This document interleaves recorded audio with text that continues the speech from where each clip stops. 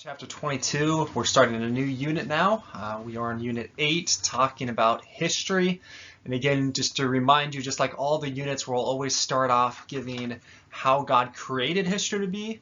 And then in the next chapter, chapter 23, we'll talk about how the fall has affected history. And then the last chapter of this unit, chapter 24, we'll talk about how we can redeem history. So this is about the foundations for history. The main verse for this chapter is Acts 17, 26 through 27. God made from one man, Adam, every nation of mankind to live on all the face of the earth, having determined allotted periods and the boundaries of their dwelling place, that they should seek God and perhaps feel their way toward him and find him. Yet he is actually not far from each one of us. So this is a passage taken from Paul's address in Athens to the philosophers there, and he's saying that there is a God, and that God is the one who created everyone, and that God is the one who determined the allotted periods and boundaries of their dwelling places. In other words, God is the one that controls all of history, that not only puts people in their physical locations, but also in the periods of history in which they are. And he does that they might see his hand in their lives and in their history, and may be able to look for God and search for him. So first of all, we have to understand how history began. Only God is eternal. Everything else at some point has a beginning point. So we have to, in order to understand history, we have to understand where history began. Now, obviously, I read a book a few years ago about the history of everything.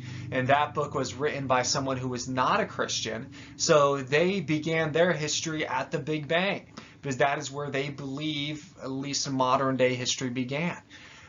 For us, history begins in a very different place. And this is really important because in order for us to understand who we are and why we are here, we have to know where we come from. Evolutionists and those who believe in evolution tie a lot of their current purpose and behavior to where we came from. In the same way, we tie our choices to an understanding of who we are based on where we came from. So God built the march and measurement of time into his creation in the beginning. From Genesis 1, where God creates everything in 7 days, he created everything for a reason.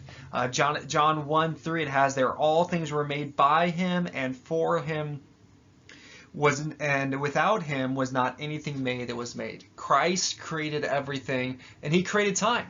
If he wouldn't have created time, there would be no such thing as history. So it should be no surprise that much of the Bible is history. Again, in Genesis 1:14, it says he created the celestial bodies, the sun, moon, and stars. And it says he created it for signs and for the season, for days, and for years. He created time. When God spoke the universe into being, that's when time began. And a lot of the Bible shows us how God's plan unfolds. So the flow of biblical history, God shows us in his word that history resulted out of time. So God gives us in his word the history of everything. He tells us how everything began, and then he tells us how things unfolded from that time. So all of the Bible is beneficial for the Christian, but not all of the Bible is directly applicable. So to know which parts are and which are not will require historical awareness. So in order for us to know which parts of the Bible are applicable to us and which are not, requires historical awareness. What am I talking about? Well, for example, there are some parts of the Bible, like when it talks about the fact that the people who commit adultery should be stoned, or when it says that we shouldn't eat a certain type of animal, like a pig. Or when God tells Jonah to go preach to the people of Nineveh. All of those things can only be understood in their historical context. So to know how the command to not eat pig, or the command to stone adulterers, or the command to Jonah to go preach to Nineveh, what that means for me today, we have to understand why God gave that in its historical context. So all of the Bible is important for us, but we can only understand it when we see how it fits into its historical context. So he unfolded both his creative work and his redemptive work historically. He didn't just send Christ as soon as Adam and Eve sinned. He didn't just give us his plan from the very beginning. He developed it over a long period of time.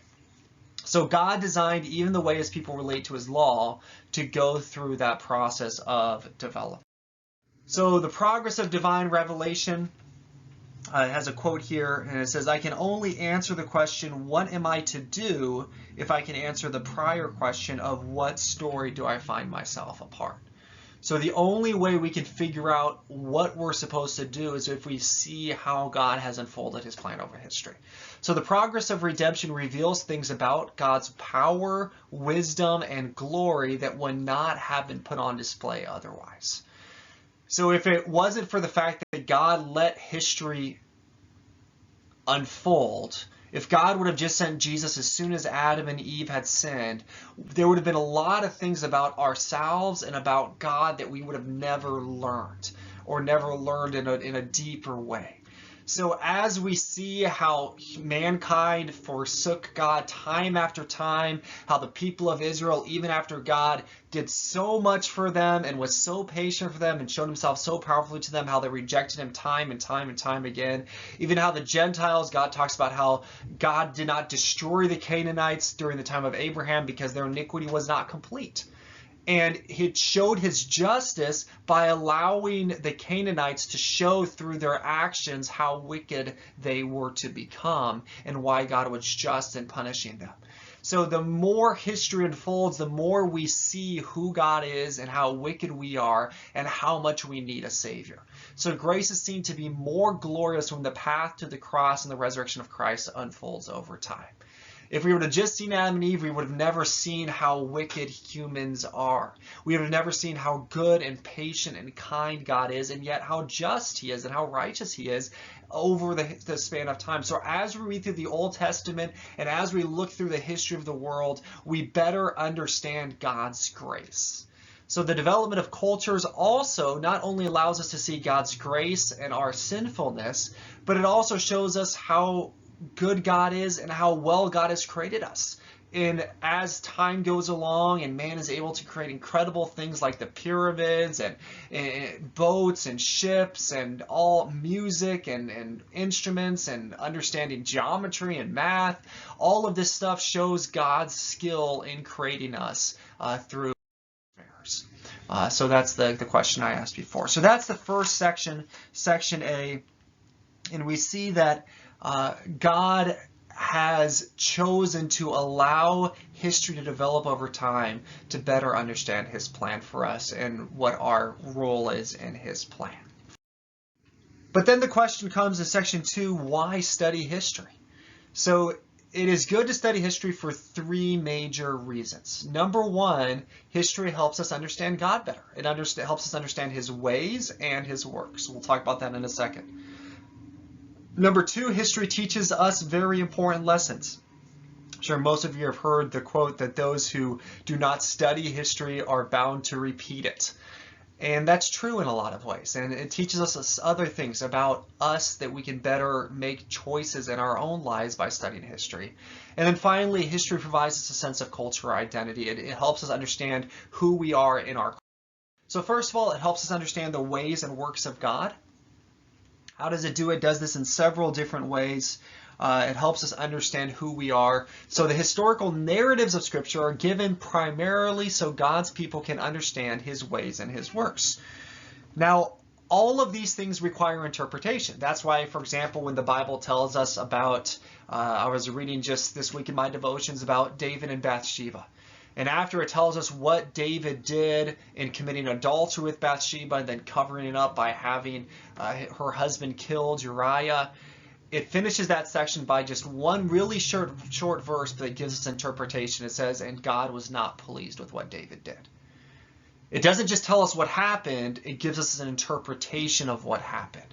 And in the Bible, a huge portion of the Bible is history, and that history helps us better understand what God loves, what God hates, how God works, and what God expects of us. So the Bible both tells us the historical things that only God can know. For example, it tells us things like what was in a person's mind or heart when they did something, or it tells us things that happened in nature that no one else would have known besides God.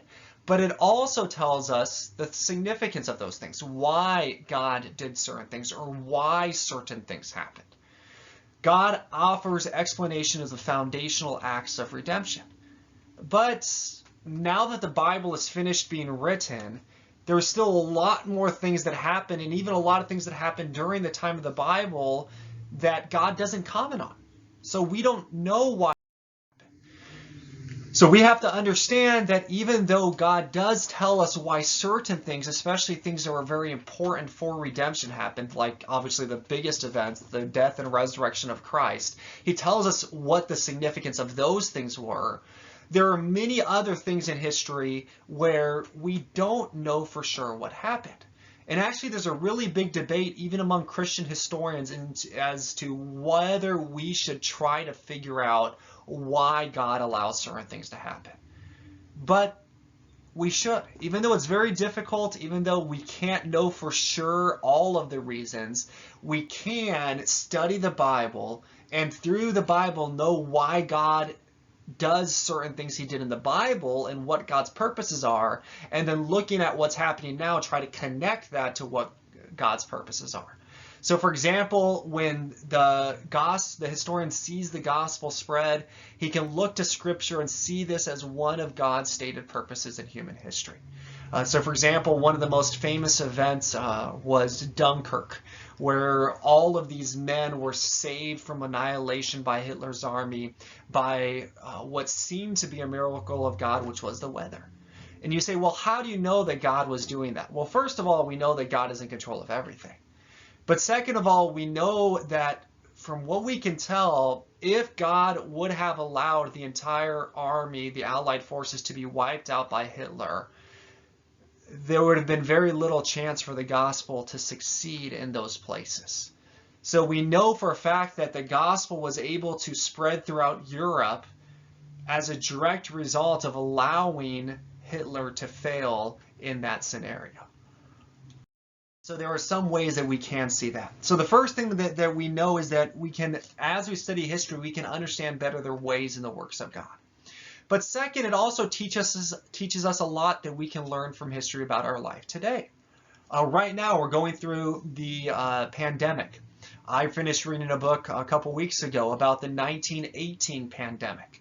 And there's a lot of things that we learned by studying that pandemic, how diseases spread. For example, one of the major places that diseases spread during that pandemic was in army places, because the men were so close together that the disease spread very quickly, and on ships and places like that.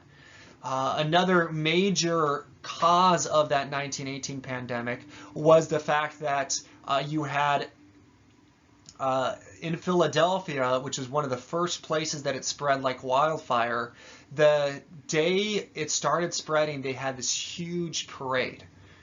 And most people think because they had that parade and there were so many thousands of people jammed together, it was able to spread a lot more quickly and do a lot more damage.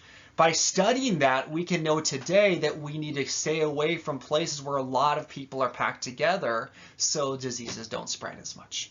So humans are finite and fallen, and that's another excellent reason to study history. Breathing the air of another century is one of the best ways to expose your own presuppositions and to force you to evaluate them. A lot of times we believe things and think things just because everyone around us believes and thinks those things. We have never really thought, why do I believe this? Why do I think this way? It's just because that's a culture we've grown up in. But when we study a different culture, when we read the writings of someone that lives in a different place or that lived hundreds of years ago, and they speak in a very different way with completely different presuppositions and assumptions, it helps us take a step back and think, well, why do I believe this? And should I believe this? So breathing the air of another century is one of the best ways to expose our own presuppositions that sometimes are good, but sometimes are wrong, and we just believe it because everyone else believes it. So that's a really important reason to study history, is being able to see your own presuppositions that you wouldn't be able to see without having studied history. C.S. Lewis talks about the fact that there is a great mass of common assumptions that we have just because we live together. So for example, in today, a lot of people don't really see what we call a telos. A telos is the end or the goal or the meaning of an event. They just say things happen because they happen. But in previous eras, even people that weren't Christians, like the Greeks, they saw an end, a purpose in creation. They saw a purpose in events. And that can help us reevaluate the way we think about things. Obviously, people in the past also got some things wrong that we get right. But it can even cement some correct presuppositions we have by studying people of the past. So history is a well of wisdom, but only we can benefit from that most when we interpret a Christian worldview. And the third thing that history does, it not only helps us understand God better, the ways and the works of God, it not only teaches us lessons for life, but finally it establishes a cultural identity. We live in the United States of America, and a lot of the freedoms we enjoy, a lot of the things that we value because of things that happened in history. I just finished a book called The Liberator about World War II and about a leader in World War II, a soldier in World War II, and understanding his battles, understanding what he went through and the results of what he went through helps us understand a lot about what America values.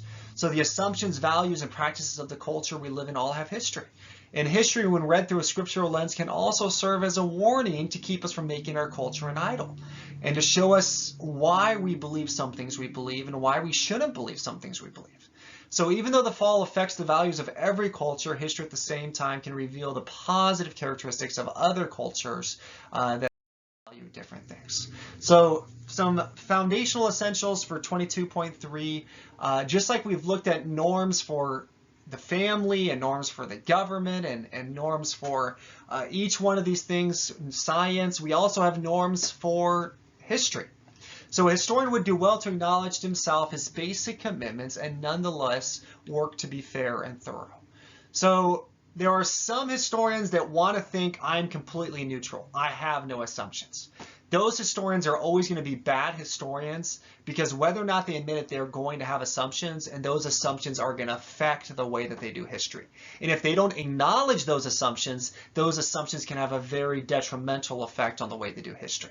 On the other hand, some people say, I have so many assumptions that it's impossible for me to do history because of what they call their situatedness. In other words, because I live in this point of time in history, there is no way I can understand why people did something in a different time.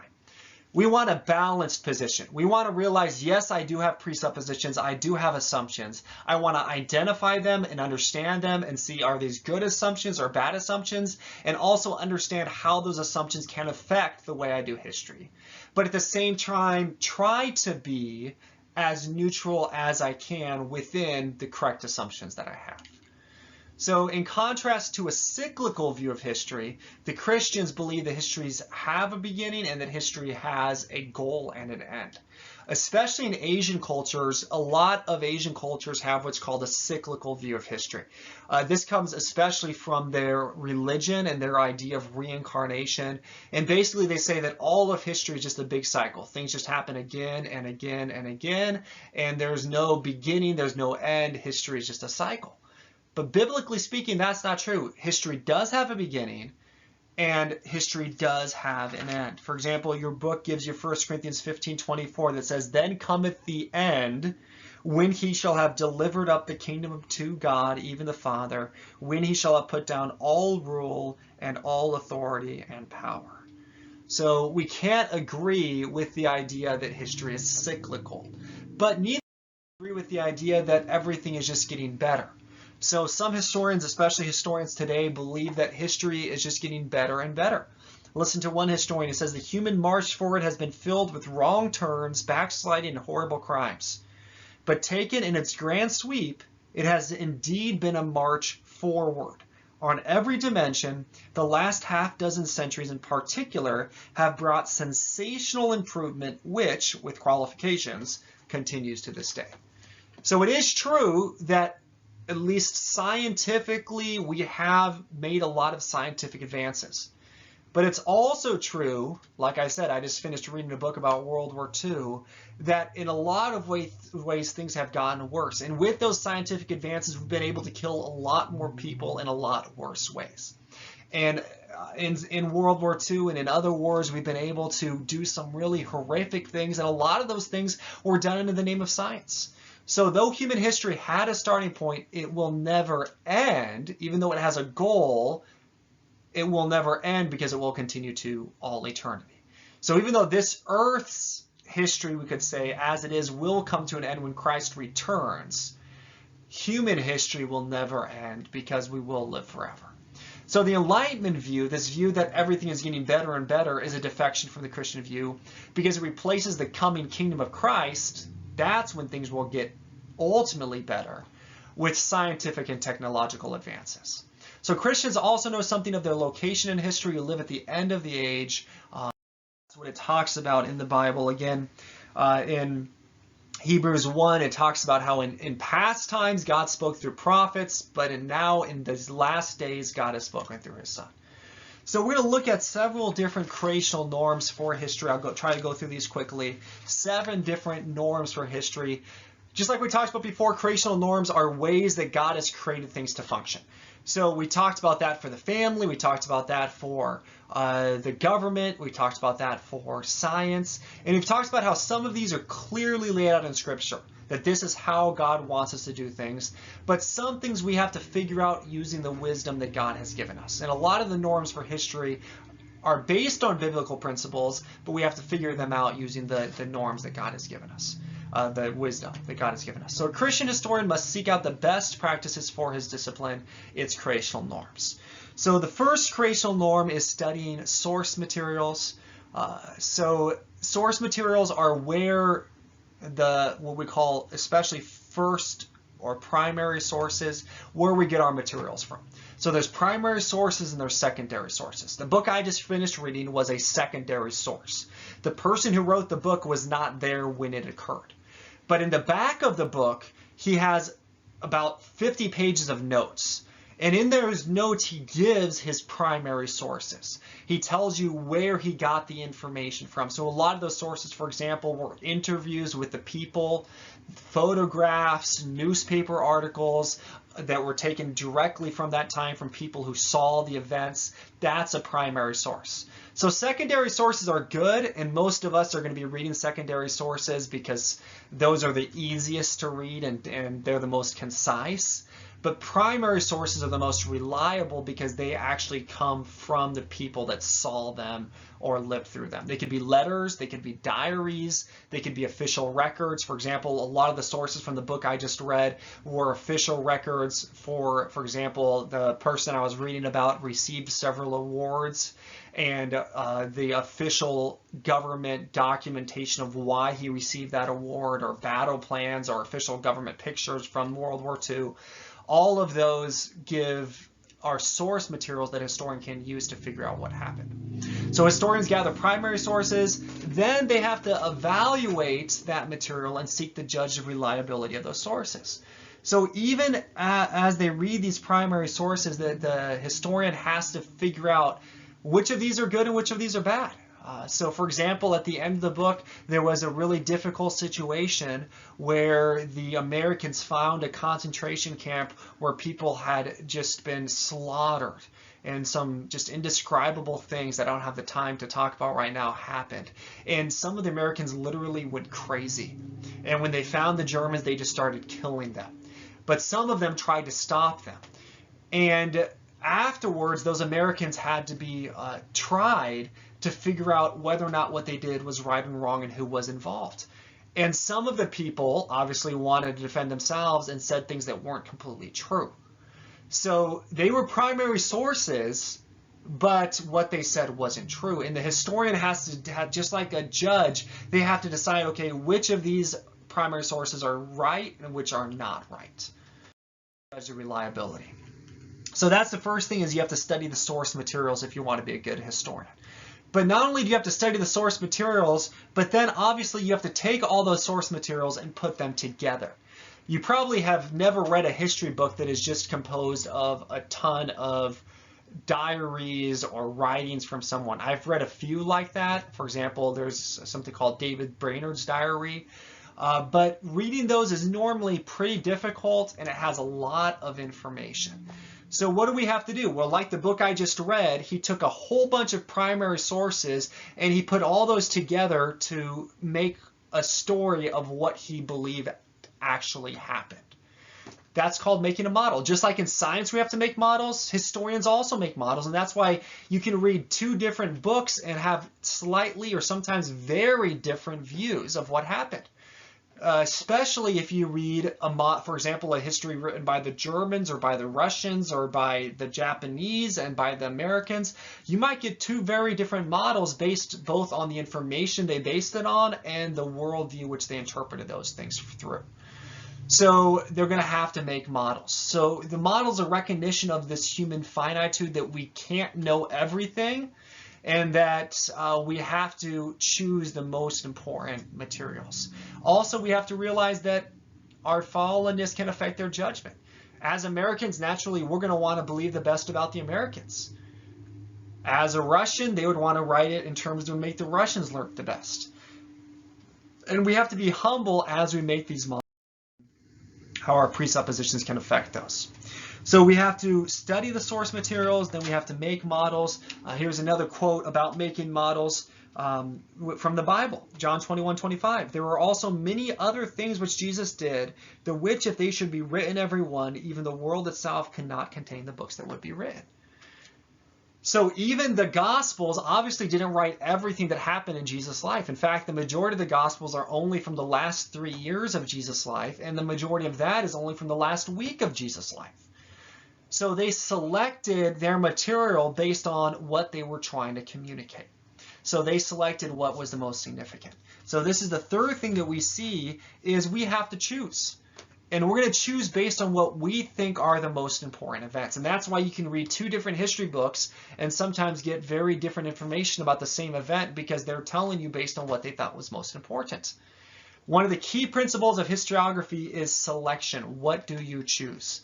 And you have to do this because there's no way that you're going to have a history book that tells you everything that happened. For example, I just read a history book about the about the World War II.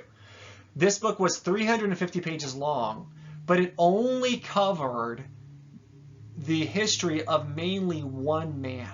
And there were millions of men that fought in World War II. So 350 pages, one man, and even for that one man, it was only selected the most important dates of his fighting, and it was only a history of basically 2 years. 350 pages. Obviously, if you try to tell the history of just that one man, even those 2 years, it would have been an encyclopedia of knowledge and way too much. You have to choose what you think is most important. And what a historian deems significant was going to depend a lot on his worldview. So the Christian historian will be careful not to neglect the historical advance of the gospel.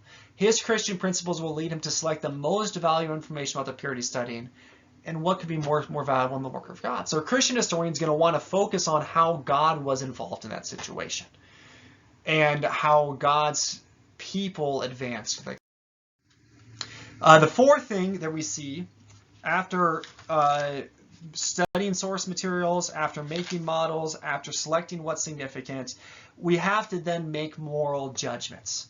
So for example, going back to that book, the book talks about several decisions that both the Germans and the Americans, and in sometimes cases the British or the Russians, made.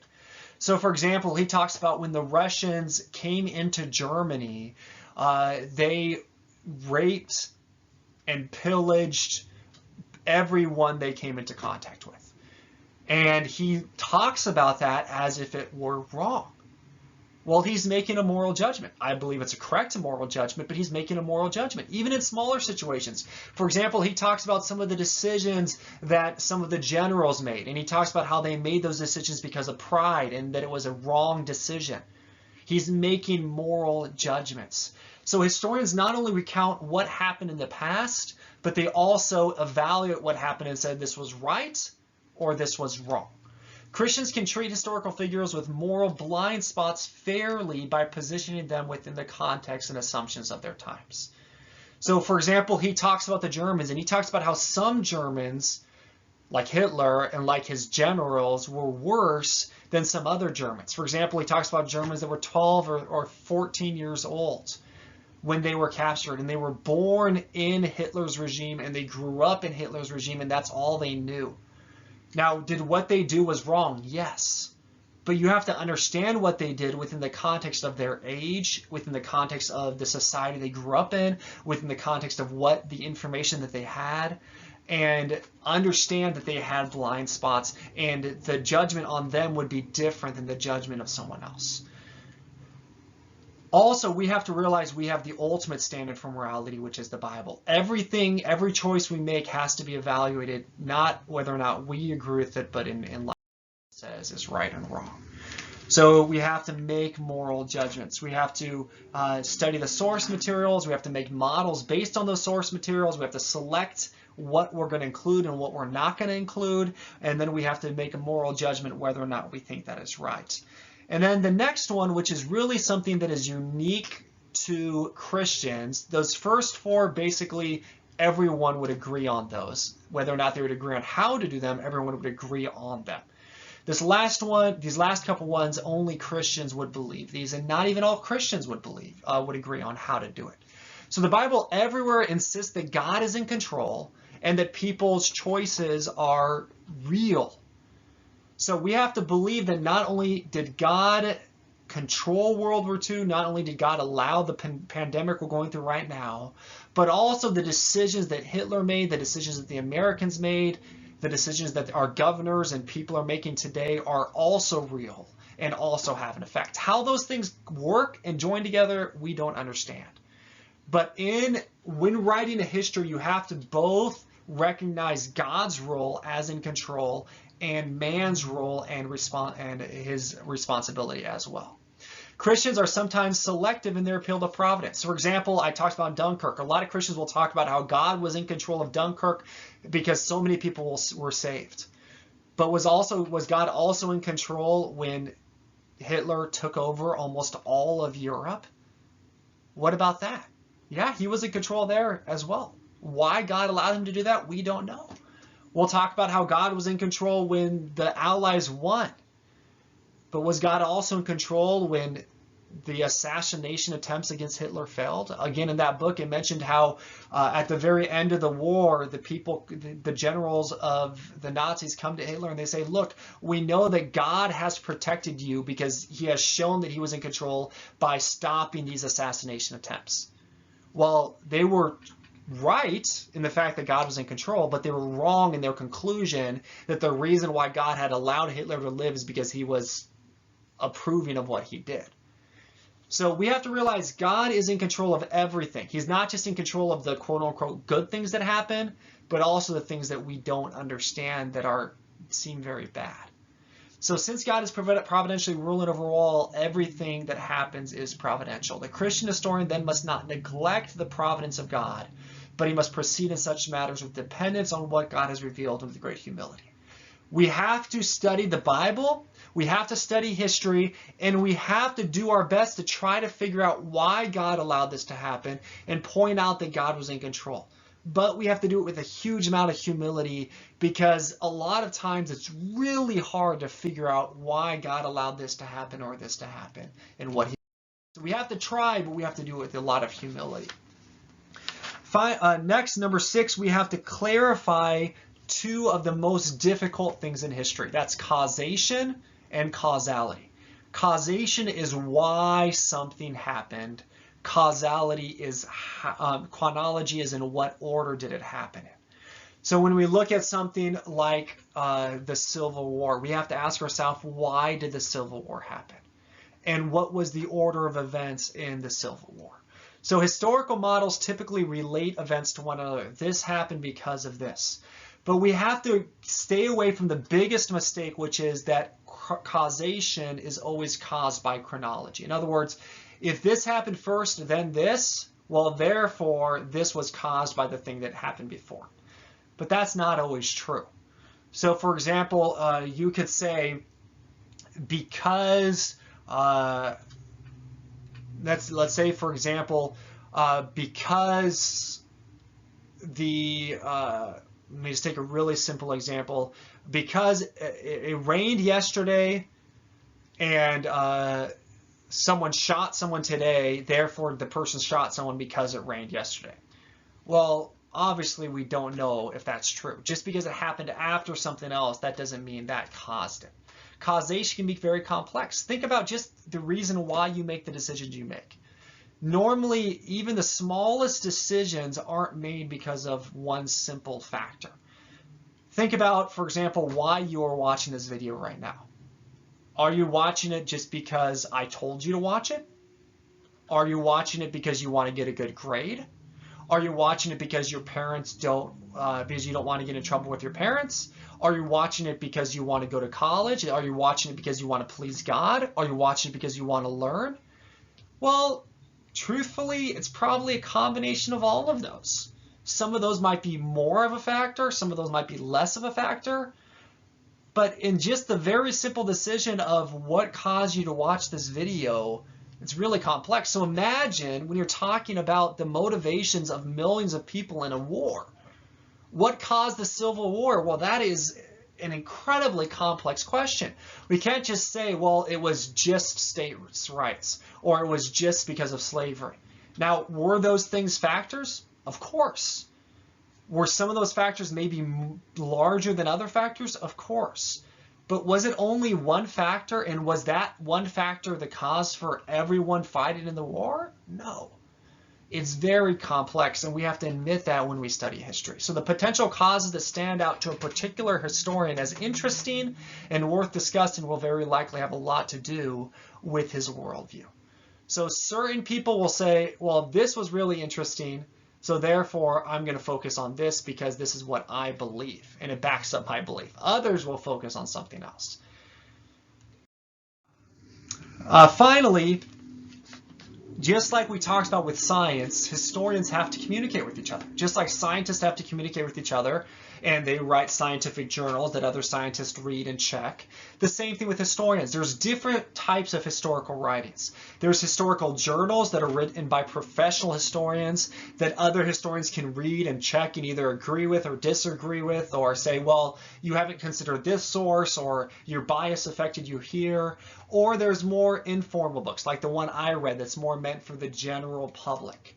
But in some way, we have to share historical truth with others. That's why you have things like the Library of Congress, where people can go and study a bunch of historical documents as they share it with others. So the finding of historians must be communicated, benefit others, and be able to share that with others. So to finish off the history and worldview, we have to realize that all of us need history. Because history affects how we see ourselves, it affects the decisions we make, it affects how we see the people around us, and we're always going to do history by looking through a worldview lens. What we believe about God, what we believe about ourselves, what we believe about sin will affect how we view history, what we choose to see and what we choose not to see. But historical research doesn't alter the fundamentals of the faith, but it may alter our evaluation of history. So as we study history and as we learn new things about history, it won't affect what we believe about God. But it may affect what we believe about George Washington, or what we believe about World War II, or what we believe about Genghis Khan. So Christians who study history ought to look at everything through the lens of a biblical worldview. Finally, writing history. God might call some of you one day to write history, whether it's just a journal article, whether it's your diary, whether it is an actual historical book. But the power to tell the story of more significant things, such as a person, a city, a college, or even a nation, is the power to give meaning to these things. You have to realize that you will never read a historical account, whether it's just a short article about something that happened last week, or whether it's a 1,000-page work about the Crimean War. They are written in a way that gives them meaning and that is going to be influenced by the person who wrote them. And they are writing them to communicate something. And we have to understand that and figure out why they're writing it and is it legitimate and what I should do with that. So history is a very powerful tool for bringing glory to the God of history and for helping our neighbors better see the world as he sees